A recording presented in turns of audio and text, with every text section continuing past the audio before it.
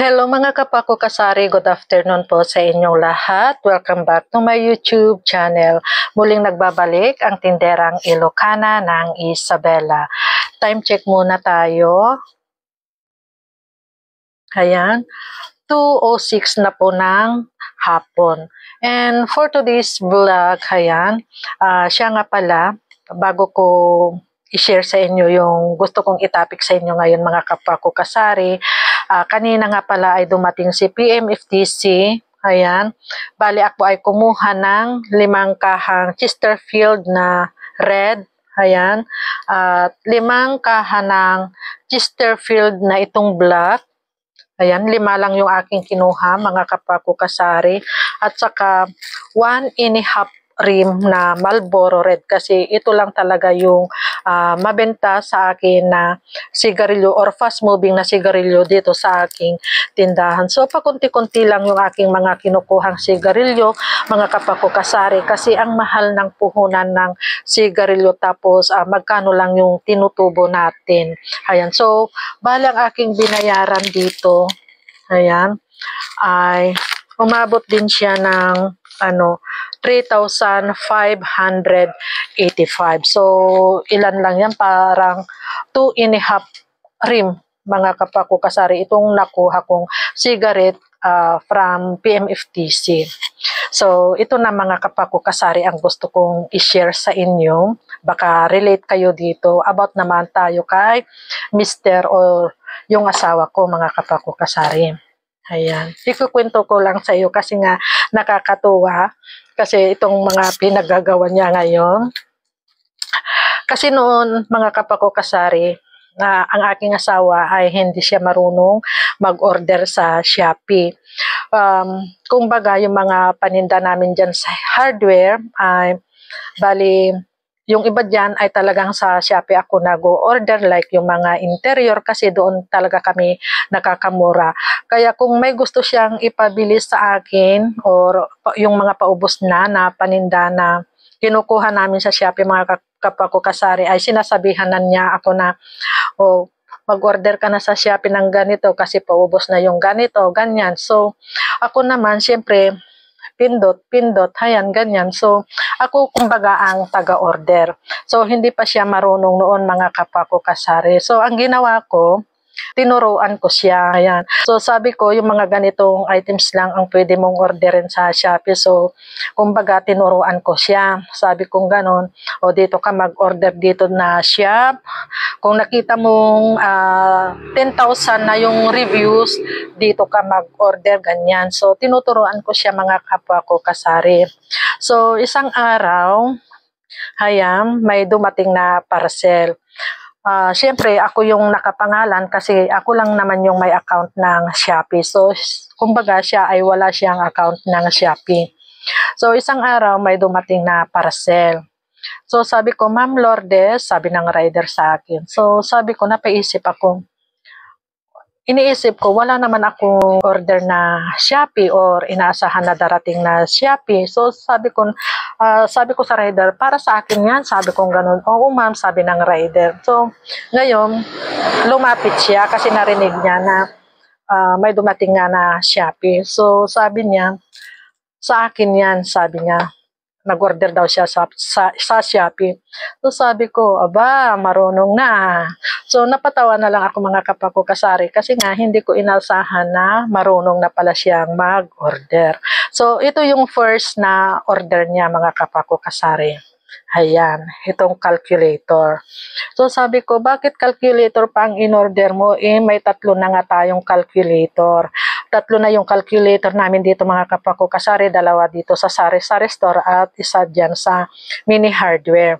So siguro mga kapako kasari, napansin niya na tuwing ako ay nagkukwinta yung mga binili ng tumer, ayan, ay kumbaga like naka5 items yung binili niya. Wait lang at may nabili.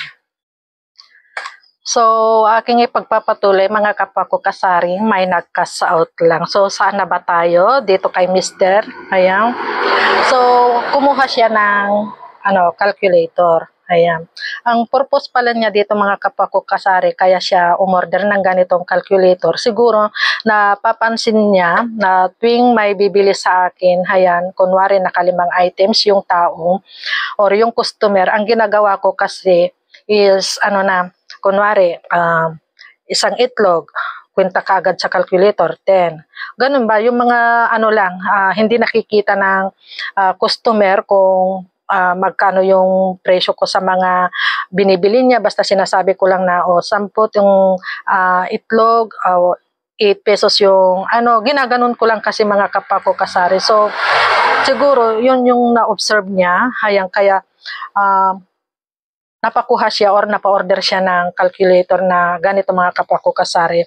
So, ang gusto niya pala is nakikita ng customer kung magkano yung babayaran niya dito. Ayan, kunwari ito. Siguro naman mga kapwa ko kasari is mayroon na kayo nito, isinishare ko lang. Ayan, kumbaga yung nakuha ni Tomer is 100, sabihin na lang natin na 129. Ayan. So, kitang-kita nito kung magkano yung babayaran niya. Yung iniiwasan din siguro niya yung maghihinala yung customer, ganyan. Ang gusto niya is talagang yung makikita nito kung magkano yung babayaran. Tapos ito, may money detector. Ayan. Pero sabi ko, ganun, yung money detector, meron na ako niyan, hindi lang nagagamit. Sabi ko ganun sa kanya. Pero ito, ang gusto niya, ito yung purpose niya, yung nakikita ng customer, yung binabayaran niya mga kapwa ko kasari. So, naiintindihan ko naman yon. Kaya okay lang na napabili siya ng ganitong calculator. So, yan. So, yan ang first na dumating na parcel na in-order niya sa Shopee mga kapwa ko kasari. So, after 2 weeks or 3 weeks na naman siguro mga kapwa kasari, ayan, ito na. May dumating na naman na parcel mga kapwa ko kasari. Ayan. Siguro sa kapapanood niya, may mga dumadaan na ewan ko kung TikTok or yung mga napapansin niya or napapanood niya sa cellphone mga kapwa ko kasari. So, napa-order na naman siya nito mga kapwa ko kasari. Ayan. Ito yung nakakatuwa. So, dumating na naman itong si Ryder. Sabi niya, Ma'am Lourdes, sabi na naman niya sa akin. So, sabi ko, napaisip na naman ako mga kapwa ko kasari kasi nga wala naman akong alam na parcel na naman na darating.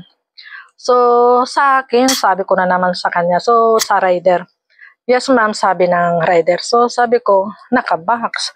Parang magaan. So, nag-iisip ako, may na-order ba ako na ganito? Parang, ano kaya ito? Napapaganon ako mga kapwa ko kasari.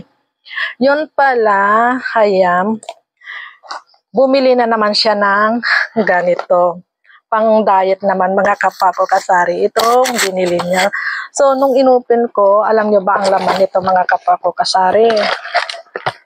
Ito. Ayan, yung ganitong tinapay.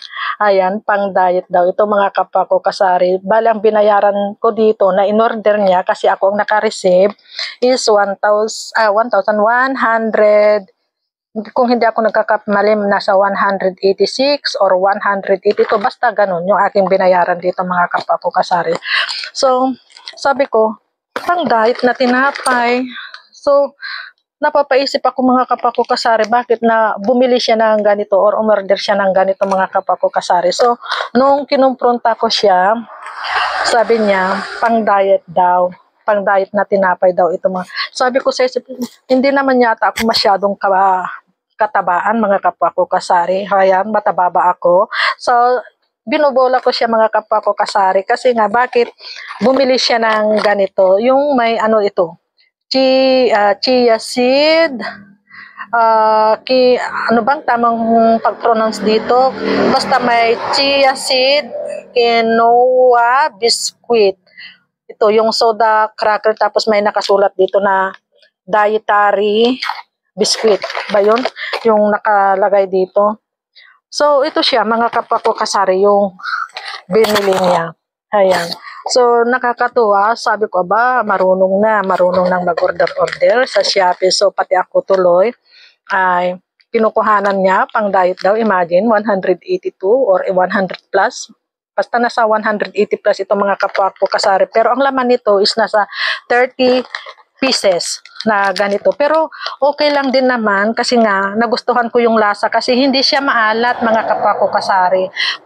Talagang ito ay pwedeng pangkape. Ayan, masarap. Hindi siya maalat, katamtaman lang yung ano niya.